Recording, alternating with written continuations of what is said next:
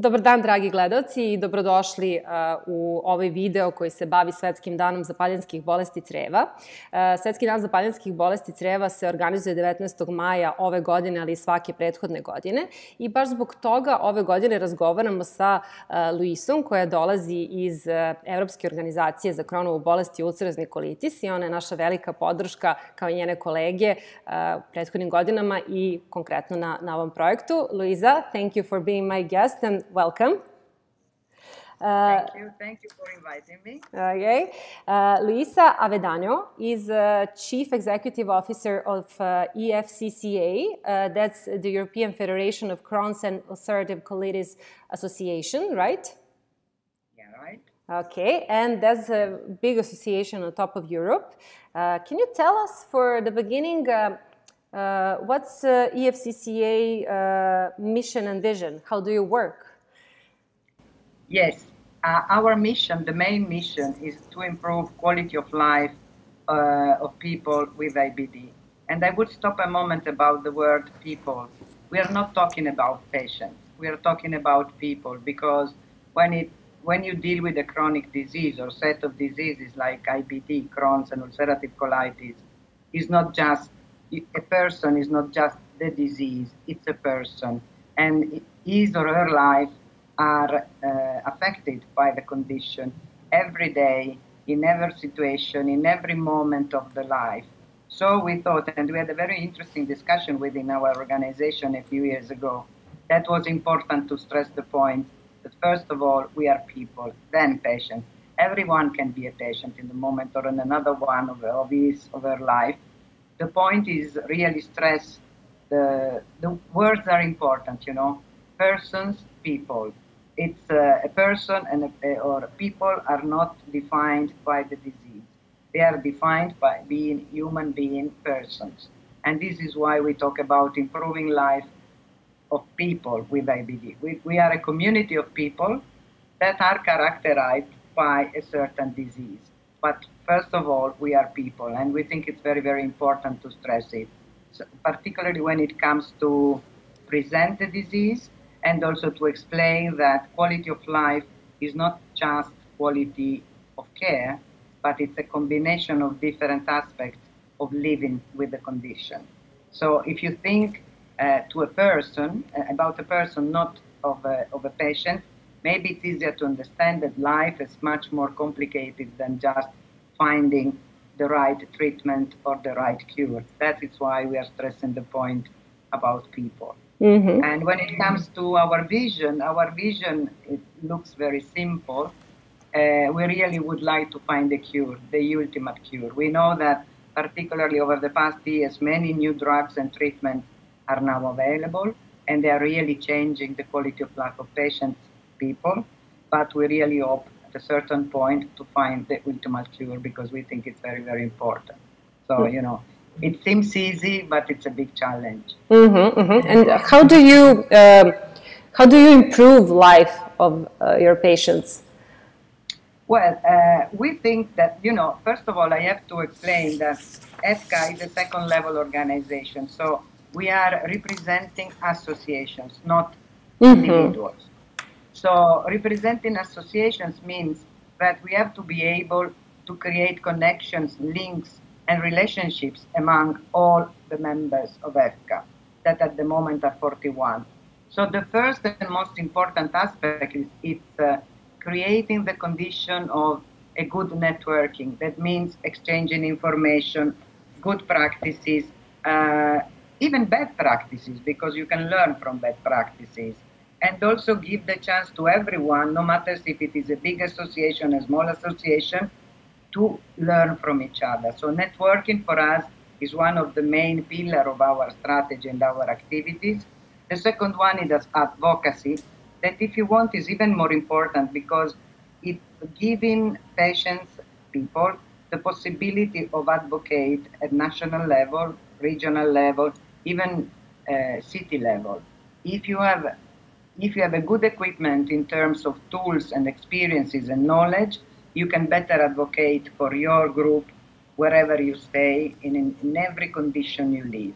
And so advocacy, of course, EFCCA was created to represent and give voice to patients at European level. So our main objectives are trying to find a good level of communication with European institutions. But now EFCCA is no longer only European, because we are countries that are coming from the other continent. So for us it's important to offer a toolkit for everyone to be able to advocate at any level. And then we will talk later, but also our university online is one of the tools we decided to develop just to give more instruments and more tools to our community. Another point that is very, very important is raising awareness, and the biggest example is World IDD Day, but it's not only, it's also raising awareness about, for instance, something we developed a few years ago, the drugs that are accessible and available in any country, because we realize there is a kind of discrepancy or not an equal access to drugs all over the world. And when I say all over the world, I would say also from one region to another region in the same country. And so we are trying to highlight these difficulties. We are also working a lot on empowering patients, because we think that getting more awareness on who we are and which are our rights and responsibilities and roles can give a stronger voice to the community itself. And last but not least, and it's something that we have been developing more and more when EFCCA became more and more international, is solidarity. The more we are opening our limits or borders to other continents, the more we realize that condition of patients in Europe is very different from the condition of patients in other continents. And so we thought that solidarity has to be a kind of red thread to all the patients and for all the patients all over the world. And these are, if you want, the main pillars through which we develop our activities. We try to identify priorities and, of course, develop initiatives. All these pillars have been defined and decided together with all our members. It's not something that is coming from the sky. It's something that was agreed, discussed, and decided by all EFCCA members. And for us, it's important. It's not only a simple exercise of democracy, it's really the essence of being a community. Mm-hmm. There is no one who has a louder voice. We are all equal. Yeah, you now mentioned community, and you have 41 members in your community. Is it hard to manage all of them? Well, this is $1 million question. I mean, when I was thinking about that, I would say no, really, definitely no. And we are now becoming 45. In 10 days, we are having our next General Assembly, and we have 4 more countries that are joining us. I would say no, simply because we have a common ground to work together. As you were mentioning, we are a community. We, again, as a second-level organization, we try to support, reinforce, give visibility to all the activities, initiatives that our members are developing at national level or even local level. Because, for instance, in some countries, we have small groups that are not so big to have a huge impact at national level, but we are supporting them, giving them food to grow and to become stronger. So if you start from this point, it's not difficult, because we have a common objective: getting stronger, getting more visible, being able to defend our rights, and also being able to learn from each other.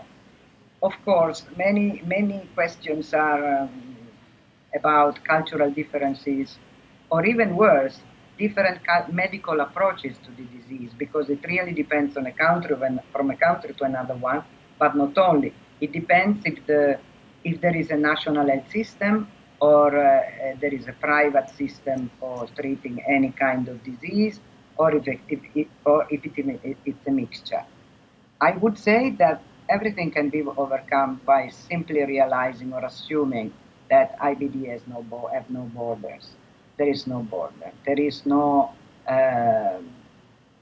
I would say there is no score in terms of accessing drugs or not. We are all trying to give as much as we can to support everyone, even in the smaller and more difficult situations. In my experience, I would say it's not only no, but it's also learning and getting motivation from the experiences, the challenges, even the difficulties from all the members of the EFCCA family. And I stress family because for me it's really a family. I'm not a patient. I've been involved in EFCCA, and I started working for EFCCA in 2009. And it was simply because I was involved in the cause. And I found that at that moment, that EFCCA was made by 21 associations. And I mean, I could feel the power and the frustration of this group of associations. And it was great. It was great, the willingness and the positiveness, despite all the difficulties. And I have to say that the more we are, the less difficulties we have and the more positive impact we can have, even in terms of visibility. And I think it's really one of the reasons why many countries from different continents are joining us. Because, you know, our motto is united we stand. The more we are, the more visible we are, and the more power we get. And this is, I mean, all positive. And honestly, it's nearly 12 years I'm working, I'm serving EFCCA. I can't remember a moment of frustration. It's challenging, it's tiring, it can be sometimes difficult, but that's all. It's looking at a family growing, you know. You're right. Positive. Okay, yeah. So the last year was very challenging because of the pandemic that was a surprise for all of us. What was the impact of COVID-19 pandemic to your organization? Well, I would split the answer in two different blocks. I think that for EFCCA, the impact was not so strong, simply because, again, we are used to work with associations. So for us, the point was trying to get as many information as possible from our members, trying a way to unravel the plot, because every country was functioning in different ways. Everyone was confused. Many people were scared or concerned because the information, particularly at the beginning of the pandemic, were from one side very scaring, confusing. Nothing was clear for anyone. So we were more worried for our members than from ourselves. So we decided nearly, I think in less than 2 months, to run a survey that was addressed to all our members. And we collected more than 3,500 responses. And the focus was not on drugs, not on treatment, was on fears and concerns. Because we realized that our community, our people, daily fighting with the disease, were at the moment and now also fighting with a different condition around them. And what we learned and realized that it was a kind of double punishment, if I can call it this way. That was the double isolation that a patient with IBD was living during at least the first part of the pandemic. That means that if you are a patient with IBD, that you are not in a good condition, so your IBD is severe or even a bit less, but you are not in the best possible condition, you used to be isolated. You used to isolate yourself because of your condition. You don't feel comfortable to go out, you have difficulties in having decent relationships with friends or partners, and your life is sometimes very poor. But at least you have, if you are lucky, but I have to say that particularly in Europe it's getting more and more frequent, you have good connection with your treating physicians, nurses, when it's possible, the community of patients around you, the patient association. With a COVID-19, at least at the beginning, and when I say the beginning, I would say the first 6 months, 4 months, everything was mixed up. And the only wise reaction that the patient with IBD could have was, again, isolating himself or herself. So in a kind of double isolation, trying to get as many information as possible. And I have to say that it was challenging, but the role of patient association became more and more evident and strong. And this was, in a way, why I was saying it was difficult, hard, but we realized that our national members were getting more and more the reference point for the community, the IBD community, and we as EFCCA could circulate the information and try to support also those members or those countries that were even more in confusion, let's say.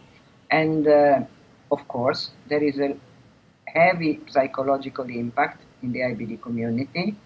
That is isolation, that is lack of any kind of connections. We have a lot of testimonials, people telling us that they were also living isolating from their family because they were the fragile ones. So even the relatives that were living with them were trying to stay as much they could alone from them, and it was really difficult. The negative side is that public institutions, national health systems were active, were not able to target these different groups of population. Mm-hmm. So everything was very, very confused at the beginning. And thanks God, we had the patient associations that have been able to create bridges for those who were more isolated. For us, it was an occasion to show that, again, we can really offer services in circulating information, giving support, even simply trying to ask and connect a group of patients to a hospital, etc. So in a way, it was, how can I say, really challenging, and also certain moments we thought we will never sort it out. But on the other side, I think that our community realized that we can be really stronger if we work together. And it was the good point, if you want. I have to say that even medical societies and physicians, treating physicians, realized that they could count on us more. And this is another good point. Of course, the situation was so chaotic that we can't say that we have the final recipe, but for sure we have been able, to make people feel a bit less abandoned in some situation. I'm not saying that the situation was the same in every country, but I can say that for some countries and for some communities it was really difficult. Mm-hmm, mm-hmm. Before we start to speak about the World IBD Day, which is our main subject today, I would really like to ask you which are the projects that EFCCA is working on at the moment. The topic of the year, because EFCCA is a strategic plan that covers 4 years of our activities, and the topic of the year, and it just by chance, it was a pre-COVID decision, is IBD and well-being. And so when we develop our activities during the year, we try to find activities, initiatives, and connections with the topic. So the main activities we are running this year are a survey, or at the moment we are analyzing the data of a survey on the complex periannual fistula that, again, is very much connecting to well-being, even to break the silence, because it's a condition in IBD that is not very well known. It's difficult to talk about. There is a lot of taboo around. And so we decided to run the survey. We own the data. And this is something, moment of pride. we are very proud of it because we are owning the data of the survey. That means that we are able to work on the data and analyze the data, no matter if there is no need of showing anything. We just need to get and analyze the data as they are. There is no purpose in analyzing the data apart from explaining the situation as it is, and for us it's very, very important. Then we have, with the pandemic, we have been obliged to reinvent our activities, so they are all online, like our interview. And we had a university that was a mixture of online activities and face-to-face lessons. We transformed it with a huge investment into a full online university. It's the EFCCA Academy, and this year we will be running the second round of training on clinical trials. Another round will be on patient preferences that will mirror the outcomes of another piece of work that we will be developing on patient preferences in the second half of 2021. And this is something, again, that we are really, for us is very important, because I'm pretty sure you are quite familiar with the never-ending discussing of, tell me, dear patient, which are your unmet needs, okay? Unmet needs are important, but what we would like to do is starting to move the attention from the basic unmet needs that you can, if you Google and you read any medical article, you have a long list of unmet needs. What we would like to do is really moving the focus from the list of unmet needs on the preferences. That means that not necessarily the best drug is corresponding to the patient preference, and we really want to hear from patients what they really do prefer. And on that, we will build on a training in the academy.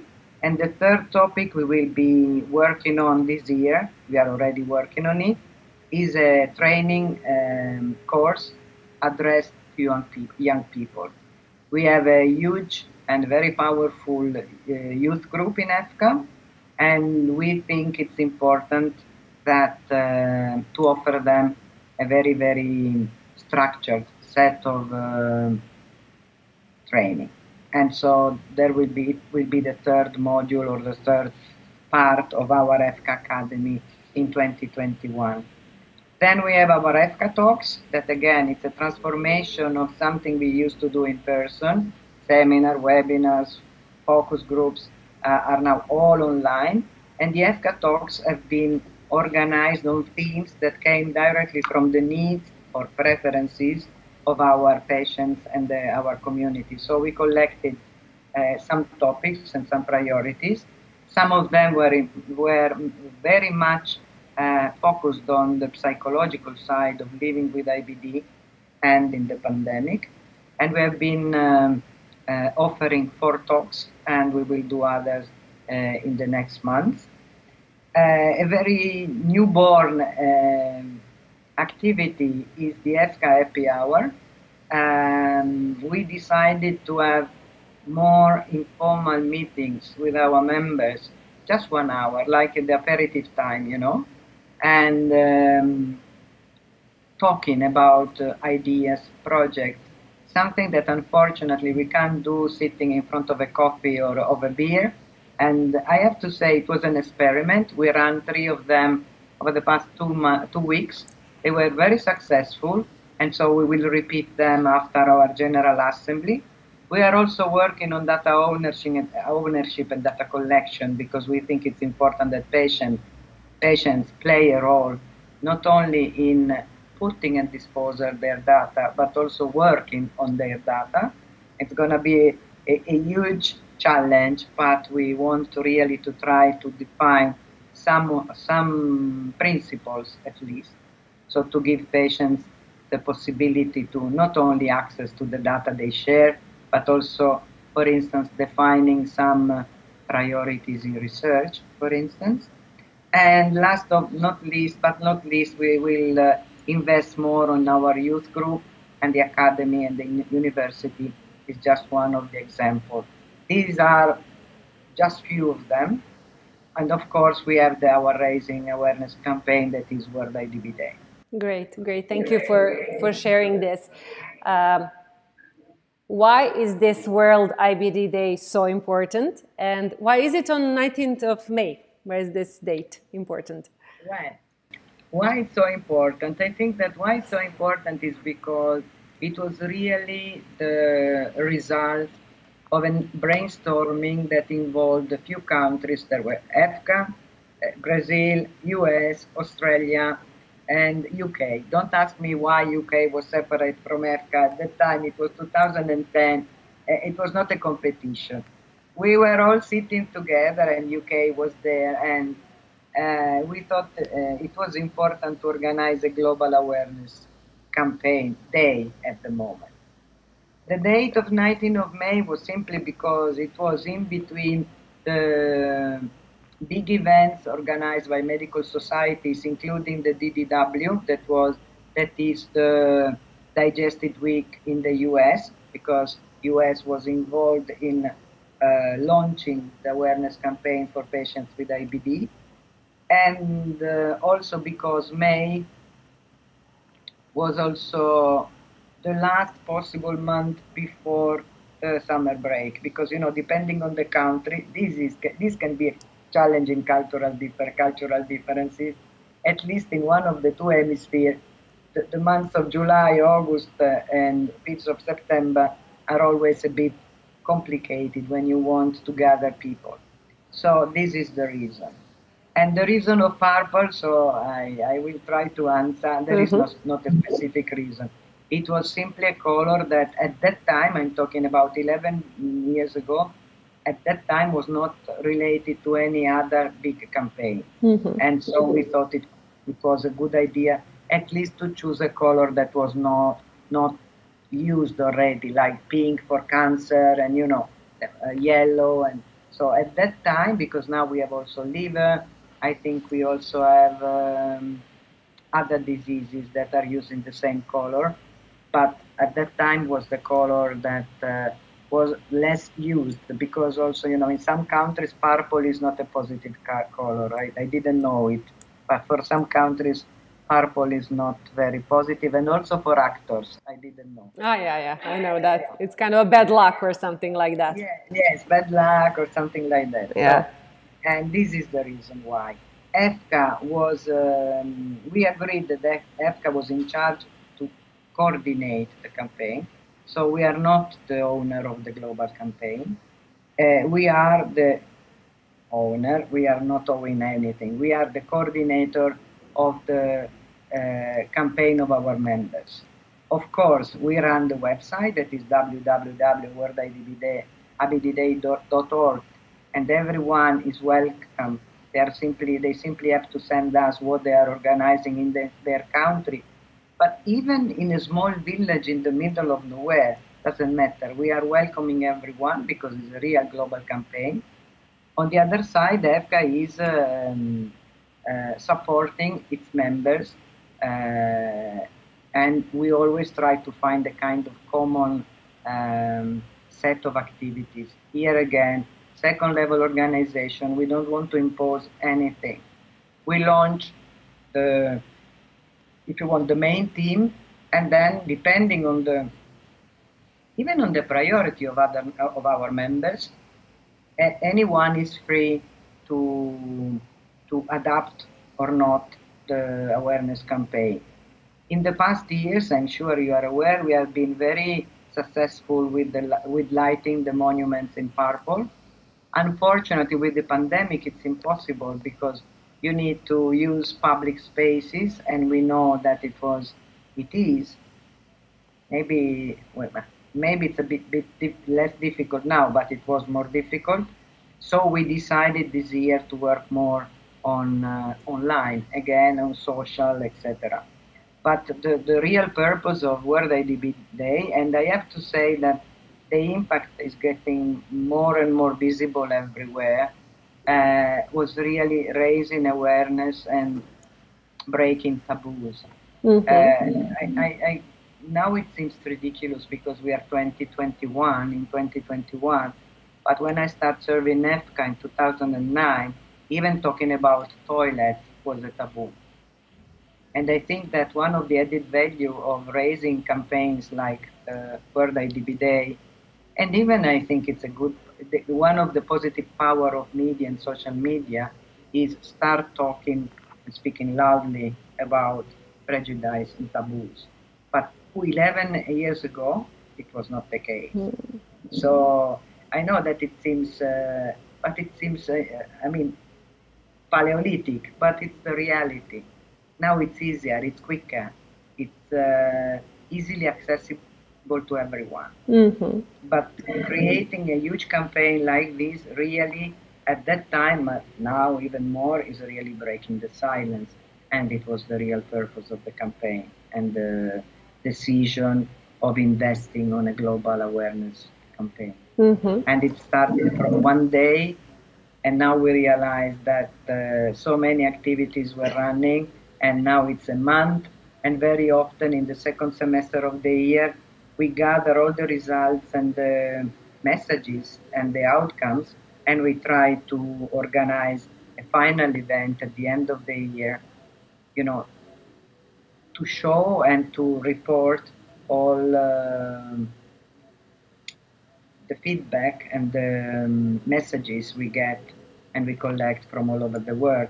In particular this year, because we are asking people to share their stories about their difficulties, psychological difficulties, depression, frustration, difficulties in the workplace, stress, that are, if you want, even combined to the COVID situation. But again, collecting these stories can give us a lot of insights on how to shape a common message for policymakers, institutions, and it can be used at national level, regional level, international level, wherever. So, although it seems a very easy way, let's send me a short message about your feelings. For us, it's really, it can be the set of ingredients that we need to bake a cake that will be the final message for policymakers.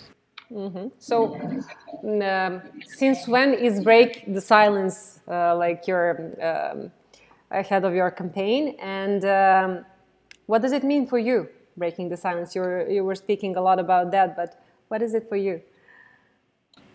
It's being brave and take the courage to tell everyone how you feel.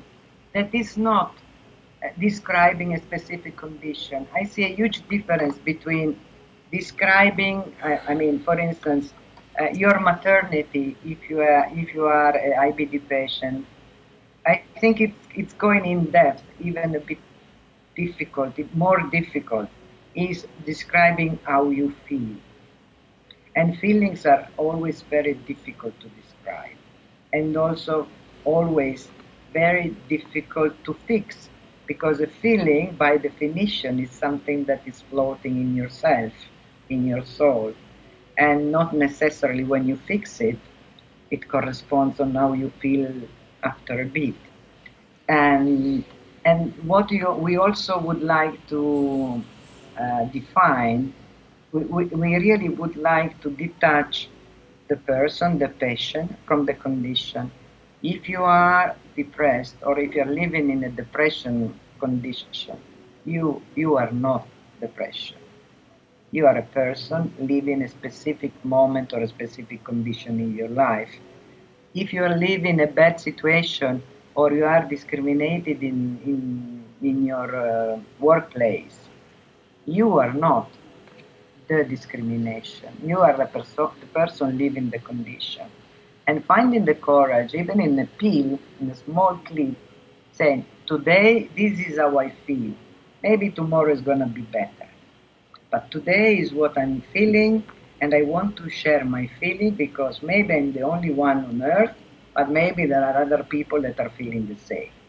And again, going back to our motto, United we stand, what we want to the message that stays behind is, we are not alone, you are not alone. Maybe just for 1 minute, you are not alone. And then we will collect everything. And I know it's difficult to say what you feel, but we know that our people are really proud and brave. So we are pretty sure. I mean, we collected a couple of, more 4 years ago, some clips from all over the world.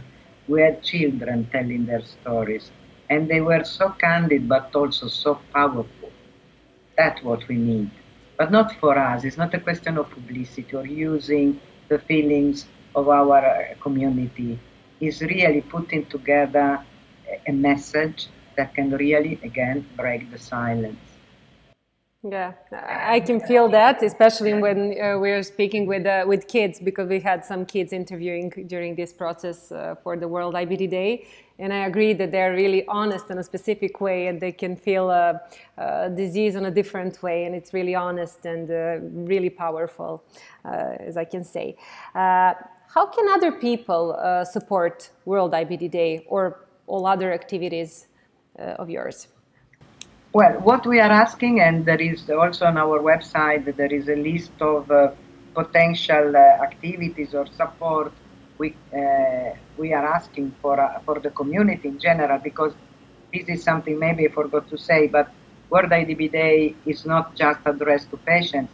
Of course, patients and patient association, the patient community is under the spotlight. And believe me, we are really involving even in a small farm in North Dakota in the middle of nowhere. Doesn't matter. The patients are, the priority and have the priority. But we are really asking to the so-called civil society, healthcare providers, whoever, relatives, caregivers, whoever is willing to support us to do it. Just maybe distributing some purple ribbons. Doesn't matter. And I have to say that this initiative is growing year by year, because at the beginning there was a certain, again, patients from one side, the rest of the world from the other side, on the other side. What we want to do is mixing this situation. We want a good cocktail, because we think it's important. And so whoever is able to break the silence, or who knows, I think that now, the more I talk to people, the more I realize that everyone knows someone with Crohn's or ulcerative colitis. Let's start from that. Give him or her a purple ribbon. Talk about an association. Tell them that they are not alone. This is breaking the silence. Then, in particular, we have a huge social campaign. So we have the hashtag, we have all, the technicalities that can allow everyone to share and to help.